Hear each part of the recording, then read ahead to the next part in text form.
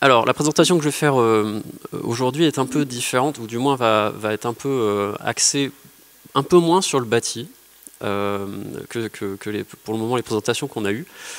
L'idée étant justement de mettre en évidence, au travers d'un récit, le récit de notre mission à nous en tant que maître d'œuvre sur cette opération, toutes les questions qui se sont posées quand on est arrivé à travailler sur ce magnifique bâtiment qui est aujourd'hui le Centre national de la danse de Pantin, au regard justement des différents architectes qui ont travaillé sur ce bâtiment avant notre arrivée. Il y a une autre petite différence par rapport aux autres dossiers qu'on a présentés depuis tout à l'heure, c'est qu'en fait ce bâtiment n'était pas labellisé ACR quand on a commencé à travailler dessus. Ce qui fait qu'en fait la plupart des éléments que je vais vous présenter maintenant sont issus avant tout justement de notre démarche à nous. Alors comme on vient de le mentionner, en fait je suis architecte et je travaille dans le milieu de la restauration du patrimoine depuis un très long moment. On s'est axé avec Arten, notre agence, uniquement sur la réhabilitation, ce qui nous amène à travailler maintenant sur des édifices comme le Centre national de la danse par nos diverses expériences sur des équipements culturels. Et c'est vrai que du coup, on a cette espèce de petite méthodologie, cette espèce de mécanisme en fait en interne qui est toujours là, lié un peu à cet ADN patrimoine, de faire un historique des constructions sur lesquelles on travaille. Et plus particulièrement justement pour celui de Pantin, on s'est penché justement sur l'histoire de cet édifice pour essayer de voir un peu quelles avaient été à la fois les différentes étapes de sa construction et surtout tout ce qui sous-tendait, toutes les petites histoires qui sous-tendaient justement son évolution. Donc le bâtiment de Pantin, j'ai fait cette petite frise chronologique pour que vous voyez un peu plus. Il a démarré sa construction dans les années 70, il a été réhabilité en 2004 par les architectes Robin et Guess, Antoinette Robin et Claire Guess. Puis il y a eu un grand réaménagement du rez-de-chaussée par les architectes Berger et Berger en 2015. Et nous, comme vous pouvez le voir, on arrive vraiment en fin de course en novembre 2023. Et le label ACR est arrivé en avril 2024. Le bâtiment de Pantin, je vais quand même essayer rapidement de vous dresser son histoire. C'est une commande publique extrêmement ambitieuse d'après-guerre. On est à Pantin, en banlieue directe, banlieue est de Paris. Après-guerre, une zone qui est donc fortement peuplée, avec une démographie galopante qui nécessite l'aménagement du territoire. Et c'est la création de tous ces grands ensembles qui accompagnent justement cette démographie galopante, qui va donner naissance à ces différents programmes. Donc on les connaît un peu tous, hein, c'est tous les grands ensembles, notamment de la Ceinture Rouge et du nord de Paris. L'AUA, donc l'atelier d'urbanisme et d'architecture dans lequel Jacques Calice et Jean Perrotet travaillent à l'époque, est donc bénéficiaire d'énormément de commandes dans ce secteur. Et ce qui est aujourd'hui le Centre national de la danse en Pantin était à l'époque le centre administratif Victor Hugo de la ville de Pantin. La mairie de Pantin était trop exiguë en fait pour accueillir tous les services administratifs et il est décidé la construction de ce gigantesque centre administratif sur le quai du canal de l'Ourcq qui à l'époque, comme on peut voir sur la photo de droite, était une forme de friche. Et donc cette opportunité d'achat en fait, de toute cette large parcelle amène à l'élaboration d'un programme qui va durer extrêmement longtemps. En fait, pendant toutes les années 60, ce programme va mettre énormément de temps à sortir car il regroupe la NPE, donc l'Agence pour l'emploi, un commissariat de police, les syndicats, un tribunal de justice, les services de l'eau, de l'électricité, bref, tous les services en fait, qui se mutualisent au sein d'un seul et même bâtiment et qui donc vont chacun en fait, dans ce programme amener leur part de complexité et aussi pour le montage financier, une part de complexité au financement global de l'opération. Le projet va mûrir au fur et à mesure. C'est un projet dans lequel Jacques Calice est extrêmement impliqué. C'est sa première œuvre en tant qu'architecte. C'est même son sujet de diplôme puisqu'il a commencé à travailler dessus aux côtés de Jean Perrotet avant d'être diplômé lui-même. Et c'est un bâtiment pour lequel il aura donc, jusqu'à sa mort, énormément d'affection puisqu'il s'agit vraiment de sa toute première œuvre. C'est un parti architectural extrêmement audacieux, déjà de par la monumentalité du programme, mais aussi parce qu'architecturalement parlant, il développe un langage architectural assez ambitieux. Chaque élément de programme différent, comme je vous disais, entre le commissariat de police, les services de la mairie et autres, sont identifiés en façade par des oriels en béton préfabriqué, comme vous pouvez le voir sur la droite ici. Et donc il a travaillé des symboles uniques pour chaque service, pour pouvoir identifier de l'extérieur chaque service. Et tout ça est orienté sur un bâtiment qui est tout en longueur sur la parcelle et desservi par un gigantesque atrium qu'on va voir par la suite. Chantier colossal qui démarre donc en 1969 dans des conditions assez difficiles puisque comme je vous le disais c'est un programme de longue haleine qui a mis beaucoup de temps à sortir de terre. Le temps faisant, en fait, Jacques Calice va jusqu'en 1974, donc c'est un chantier qui s'écoule sur 5 ans, subir également un changement de mairie. Il va passer d'une mairie communiste qui était extrêmement favorable à l'agence à une mairie non communiste qui du coup va lui mettre un peu des bâtons dans les roues et commencer à critiquer notamment l'explosion du budget et l'explosion du calendrier de travaux.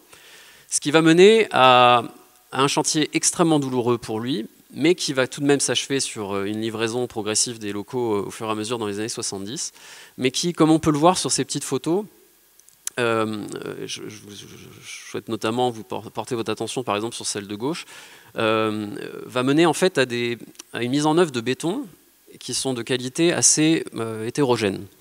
En fait, on se rend compte dans l'étude historique qu'on mène qu'en fait, dès cette époque-là, les bétons sont assez peu identifiables dans leur nature. Même si on a des formulations et autres, on voit que la mise en œuvre était très difficile. Et surtout, dès les différentes photos de livraison qu'on a pu avoir, issues notamment de la mairie de Pantin qui a gardé tout dans ses archives, on pouvait déjà voir de nombreux défauts qui finalement se sont révélés être plus importants par la suite et qui justifient aujourd'hui notre présence sur le dossier.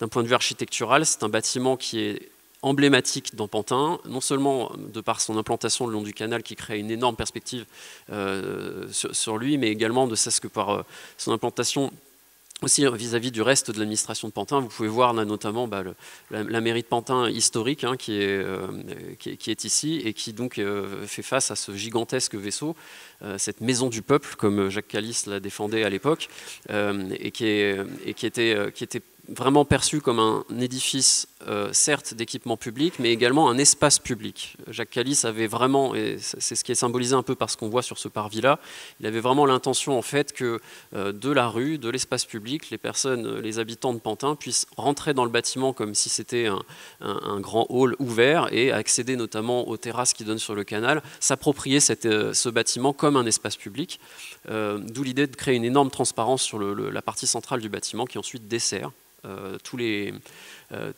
services de part et d'autre.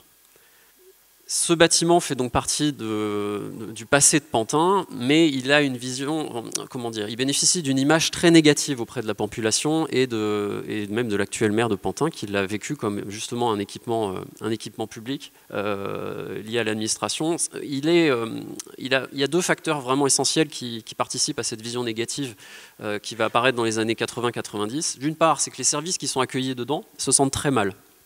Il y a un inconfort général à ce bâtiment qui est certes architecturalement très ambitieux, mais avec ces grandes façades vitrées, simple vitrage en verre extérieur collé, et un traitement climatique qui n'était pas du tout abordé à l'époque des études, en fait génère des espaces non seulement inconfortables d'un point de vue des utilisateurs, mais également peu adaptés au niveau des surfaces, car aussi grand soit-il, finalement il s'est révélé rapidement trop petit pour la plupart des services qu'il accueillait. L'autre élément majeur, c'est simplement son aspect extérieur, c'est qu'il se dégrade extrêmement rapidement. Conséquence directe de ce que je vous expliquais tout à l'heure sur la mise en œuvre des bétons un peu malheureusement hâtive et qui se traduit sur place par justement des éclatements de béton à différents endroits et qui vont même à un moment donné, dans les années 90, au moment où les derniers services abandonnent l'édifice, poser la question de sa démolition. Cette démolition, finalement, ne va pas se réaliser. Elle était beaucoup trop chère déjà dans un premier temps, mais surtout, il va se créer, il y a une opportunité qui s'ouvre. En fait, le ministère de la Culture voit en ce bâtiment une opportunité pour créer un centre national de la danse, équipement qui est en plus assez avant-gardiste, puisque c'est un programme en fait quasi unique en Europe. Et le ministère de la Culture décide donc de racheter à la mairie de Pantin ce bâtiment et de lancer un concours pour la réhabilitation de ce bâtiment et sa transformation en centre national de la danse. À ce moment-là, se passe déjà un premier élément historique qui est assez peu renseigné en général, mais c'est que Jacques Calice réclame l'exclusivité de la maîtrise d'œuvre sur le devenir de son bâtiment. Comme je le mentionnais tout à l'heure, c'est sa première œuvre, il y est extrêmement attaché, et donc il réclame officiellement par courrier d'être le seul et unique maître d'œuvre légitime à modifier son bâtiment. Pour des notions juridiques, bien entendu, ça lui est refusé et il engage une procédure en justice sur ce sujet-là. Si bien que le ministère de la Culture lance un programme de concours qui va être lancé, mais pendant lequel finalement Jacques Calice va se retrouver en procès avec le ministère. Les lauréates de ce concours sont les architectes Antoinette Robin et Claire Guess. Elles vont démarrer leurs études sur ce dossier, et puis rapidement, elles vont se voir refuser par le ministère de la Culture d'échanger avec Jacques Calice, puisque comme il est actuellement en procédure judiciaire avec le ministère de la Culture, le maître d'ouvrage leur refuse catégoriquement d'échanger avec elle. Ce qui est très intéressant pour nous en tant que maître d'œuvre, c'est qu'on est allé les voir, les architectes Robin et Guess. On a échangé longuement avec Claire Guess pour justement non seulement récupérer en fait les archives sur le bâtiment, comprendre ce qu'elles avaient fait à l'époque, mais en fait recueillir aussi cette part d'humain qui accompagne le bâtiment, part d'humain qui est vivant par définition, puisque ce bâtiment a 50 ans. Et Claire Guess nous a expliqué que c'était un énorme problème pour elles, parce qu'elles avaient un immense respect pour le travail de Jacques Calice, et notamment sur ce bâtiment, un immense respect pour son architecture, et que quand bien même elles ont essayé d'adopter une posture extrêmement respectueuse de son travail, cette absence de dialogue avait été assez compliquée pour elles à gérer, puisqu'elles avaient toujours un peu la question de la légitimité de leur intervention qui se posait derrière. Le projet de Robin Guess que je vous présente ici est une réhabilitation extrêmement remarquable à tout point de vue. Non seulement parce que ce que montre un peu ce plan, on voit en effet la transformation d'un édifice qui était finalement plein de services isolés en un ensemble cohérent de salles de danse. Elle réutilise vraiment de manière très habile en fait tous les volumes qui avaient été générés par Jacques Calice pour transformer tout cela en salles de danse, salles d'exposition et bureaux et autres. Mais ce qui est extrêmement intéressant dans leur démarche, c'est surtout qu'elle ne change quasiment rien en façade. Elle respecte scrupuleusement le dessin et la composition de Jacques Calice. Et pour essayer de liaisonner, comme je vous disais tout à l'heure, un bâtiment qui finalement était éclaté en deux gros morceaux avec une partie centrale traversante, elle décide en fait de créer tout leur projet autour d'un trait rouge très simple qui est symbolisé vraiment de manière très discrète, vous voyez sur ces plans, et qui constitue la colonne vertébrale de leur projet. C'est un mur simèze rouge qu'elles vont bâtir et qui permet justement de liaisonner tous les services, de faire passer tous les réseaux, toute la technique, en créant justement ce qu'elles appellent, elles, une façade intérieure. C'est-à-dire qu'en fait, elles ne vont pas modifier drastiquement les façades extérieures, elles vont faire leur façade à elles, à l'intérieur du bâtiment, derrière l'œuvre de Jacques Calice, et développer tout leur concept tout autour de ce mur, qui va se développer tout à l'intérieur de ce bâtiment, dont la teinte rouge reprend d'ailleurs les teintes rouges des sols qui avaient été réalisées par Jacques Calice à l'époque. Ça donne une opération remarquable, comme je le dis, je vais le redire de nombreuses fois, ce bâtiment est génial. Et en fait, comme vous pouvez voir à gauche, la salle des syndicats transformée en grand studio, le grand atrium avec l'escalier monumental, que je ne vous ai pas montré encore, mais qu'on voit ici, est transformé en véritable atrium de distribution générale de toutes les salles de danse, et par niveau, en fait, réussit à bien distribuer tous les services et devient un véritable lieu de vie. Et puis comme on peut le voir là, ce fameux mur rouge, comme je vous le mentionnais, voilà, qui vient juste de manière très discrète créer une bande qui dessert les nouvelles fonctions et qui restructure un peu le bâtiment, tout en effet faisant perdre cette transparence, mais qui finalement sert de manière très très frontale le nouvel usage du bâti. Et comme on peut le voir sur la photo en dessous, la fameuse façade intérieure, comme elle l'évoque elle, vient elle en plus se mettre en scène d'une certaine manière avec tout un travail d'éclairage coloré sur l'escalier de l'atrium. En façade, je vous le mentionnais, une intervention somme toute assez discrète. Tout ce qui était, toutes les ouvertures qui nécessitaient finalement d'être entre guillemets comblées pour l'usage des pièces et des différents studios, ont fait l'objet en fait d'un travail rigoureux d'adaptation à la taille près en fait, de volets métalliques. L'ensemble des façades ont été restaurés, c'est-à-dire que tous les bétons à l'époque qui éclataient avaient déjà à cette époque-là fait l'objet d'une restauration rigoureuse par Antoinette Robin et Claire Guess, avec l'utilisation de techniques qui à l'époque étaient a priori adaptées, mais qui se sont avérées malheureusement pas assez pérennes, puisqu'aujourd'hui on est nous missionnés pour justement les reprendre. Ce projet va être lauréat d'un prix Équerre d'argent 2004. C'est une Équerre d'argent qui, pour moi en tout cas, a un sens extrêmement important, dans le sens où c'est la première Équerre d'argent décernée à une réhabilitation d'un bâtiment d'après-guerre. c'est extrêmement lourd de sens par rapport à aujourd'hui. Et c'est la première équerre d'argent décernée à des femmes, tout simplement. Ce bâtiment est un succès. J'attends encore avant de passer à l'étape d'après. Ce bâtiment, je vous invite à y aller aujourd'hui, hein, il est encore ouvert avant qu'on commence nos travaux. Et il sera encore ouvert pendant qu'on fera nos travaux, partiellement. Et ce bâtiment, si vous y allez, je vous demande d'y aller, c'est un lieu de vie incroyable. Il s'y passe énormément de choses et c'est une franche réussite. Et si aujourd'hui on l'appelle le Centre national de la danse, et puis le centre administratif Victor Hugo, c'est pas pour rien. Et si un amalgame est fait aujourd'hui et qu'on dit que le Centre national de la danse est l'œuvre de Jacques Calice, ben, on commence à entrevoir un peu le sujet de ma présentation aujourd'hui, c'est que finalement cette réhabilitation a apporté cette légitimité. En 2015, et c'est là où notre travail est intéressant, se porte une opération qui n'est plus portée par le ministère de la Culture directement, mais par le CND directement, qui souhaite réaménager son rez-de-chaussée. Il missionne pour ça, après un petit concours, les architectes Berger et Berger. L'idée de cette intervention était que le rez-de-chaussée du bâtiment, ils souhaitaient le réouvrir au public. C'était un peu l'époque du 104.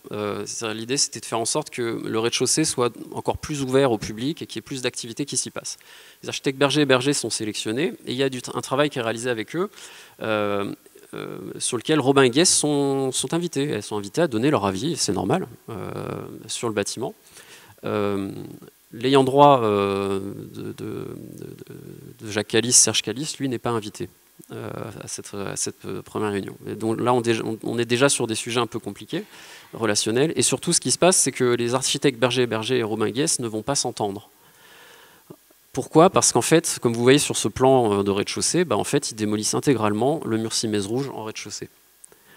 C'est très mal vécu par les architectes Robin et Guess qui font des courriers dans tous les sens, notamment justement à leur ancien maître d'ouvrage qui est aujourd'hui l'OPIC. Et ces travaux se réalisent et sur la base d'un gros conflit. Ce conflit, du coup, est un peu ouvert, mais les architectes Berger et Berger vont mener à bien leur mission. Ils répondent finalement au cahier des charges qui leur a été demandé. Il n'y a pas de critique à avoir là-dessus. Ce qu'ils ont réalisé fonctionne. Mais frontalement, ça donne ça. C'est-à-dire qu'en fait, on voit des espaces qui donc, sont rouverts, avec la démolition de ce mur Simèle, sont rouverts sur la terrasse, avec cette idée d'essayer de retrouver un parti de transparence de l'époque Jacques Calice. Et comme on peut le voir là, ça se traduit aussi du coup par l'aménagement de murs, comme on peut le voir là en parpaing, qui sont un peu une signature de leur intervention, qui souhaitent marquer en fait leur intervention avec ce vocabulaire architectural de murs Simèze en parpaing apparent. Ils aménagent donc pareil des espaces de petits coworking au milieu des espaces qui avaient été élaborés par Robin Guess. Et puis comme je le mentionnais tout à l'heure, comme ils suppriment l'intégralité de ce mur Simèze rouge, mais que ce mur Simèze rouge abritait aussi de la technique, on se retrouve avec des petits plots comme ça de béton un peu partout. Là aussi, vous voyez un mur qui est mis là, parce qu'en fait, ce mur a disparu. Le mur rouge disparaît, mais finalement, il y a un moment donné où la technique fait qu'on ne peut pas mener à bien en fait, tout sans... voilà, la technique arrive à un moment donné à ses limites. Sur ce sujet-là, et il crée des espaces interstitiels. Il change notamment le sens de l'entrée du bâtiment, qui était avant dans l'axe du bâtiment et qui maintenant est sur le côté pour des notions de sécurité, ce qui marche relativement bien, mais génère des espaces résiduels un peu compliqués parfois. Et puis il rouvre une grande salle de danse. Voilà, c'était un peu ça le rêve de cette intervention, de dire que les gens vont venir danser là de manière complètement spontanée, ce qui ne s'avère pas forcément le cas aujourd'hui. Mon objectif, c'est pas de critiquer fondamentalement ce qui a été réalisé là, même s'il y a beaucoup de choses à dire. L'idée, c'était juste de récapituler un peu cette évolution. En fait, on se retrouve, nous, à travailler sur un sujet un peu délicat, sur notamment la pérennisation du bâtiment. Et puis, on se retrouve en façade avec ça. C'est-à-dire que j'ai certes nos bétons qui tombent et qui posent problématiques techniques à laquelle on doit répondre, nous, en tant qu'architectes. Mais je vais avoir aussi à traiter, finalement, des zones comme ça, même si ça paraît ponctuel et anodin, en fait, cette troisième intervention me pose à un moment donné question, puisque je suis censé, moi, en tant qu'architecte, travailler autour de ces murs, et en fait, pour être tout à fait franc, avec nos opérations de restauration de béton, on est même obligé finalement de les démolir, et se pose la question, du coup, qu'est-ce que j'en fais? Est-ce que je le recrée? Est-ce que j'y vais? Voilà. Et donc, en fait, c'est à partir de là que nous, après, on doit se positionner en tant qu'architecte dans cette lignée-là. Et tout ça, c'est fait avant que le label ACR arrive, toutes ces réflexions. C'est-à-dire qu'on se retrouve en fait dans un espèce d'écosystème dans lequel on voit 3 époques distinctes, 3 architectes.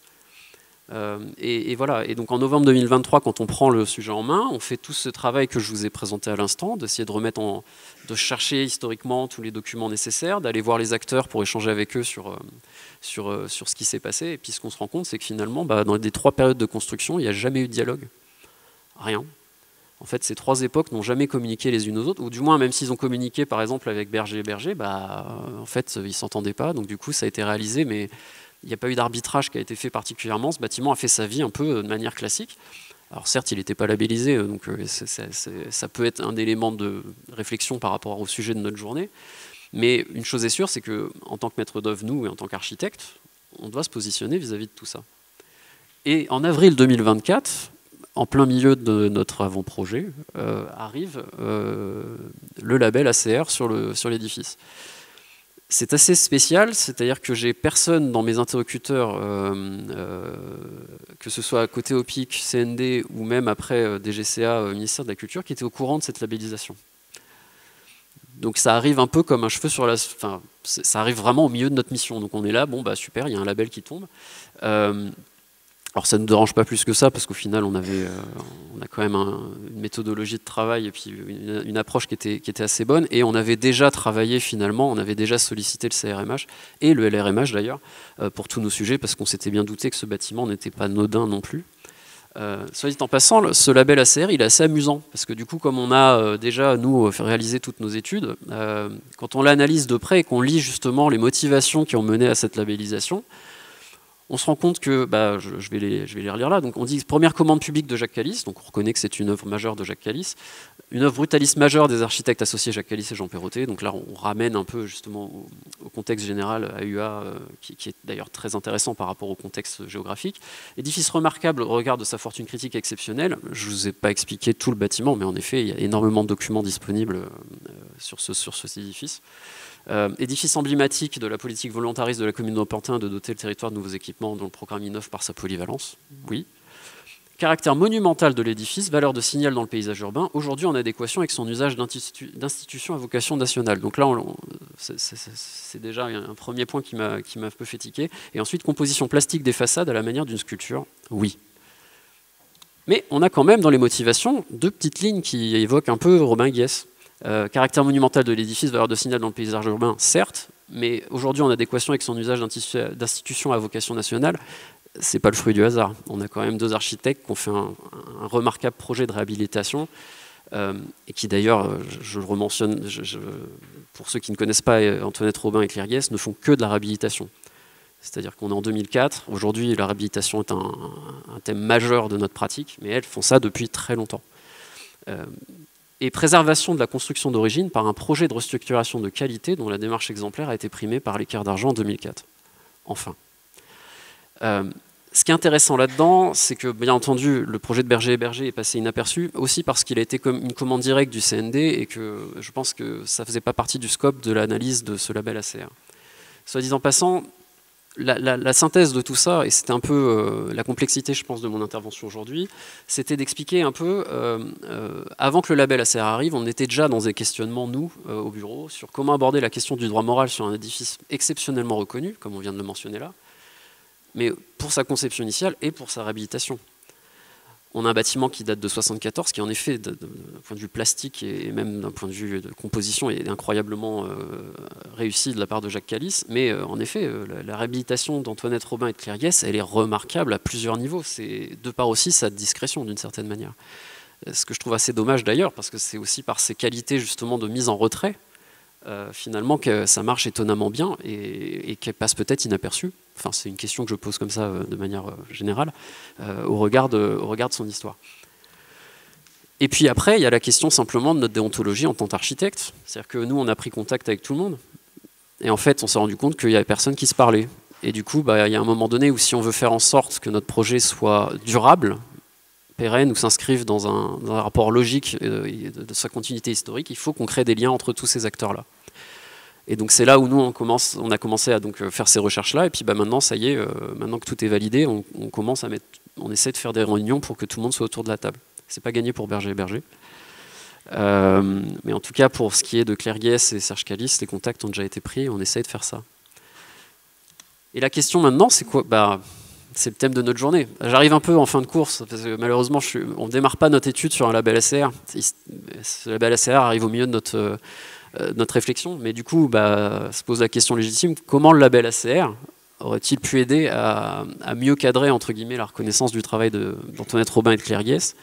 Comment il aurait peut-être pu orienter le projet de Berger sur des choix différents? Je me permets de ne pas juger ce travail-là.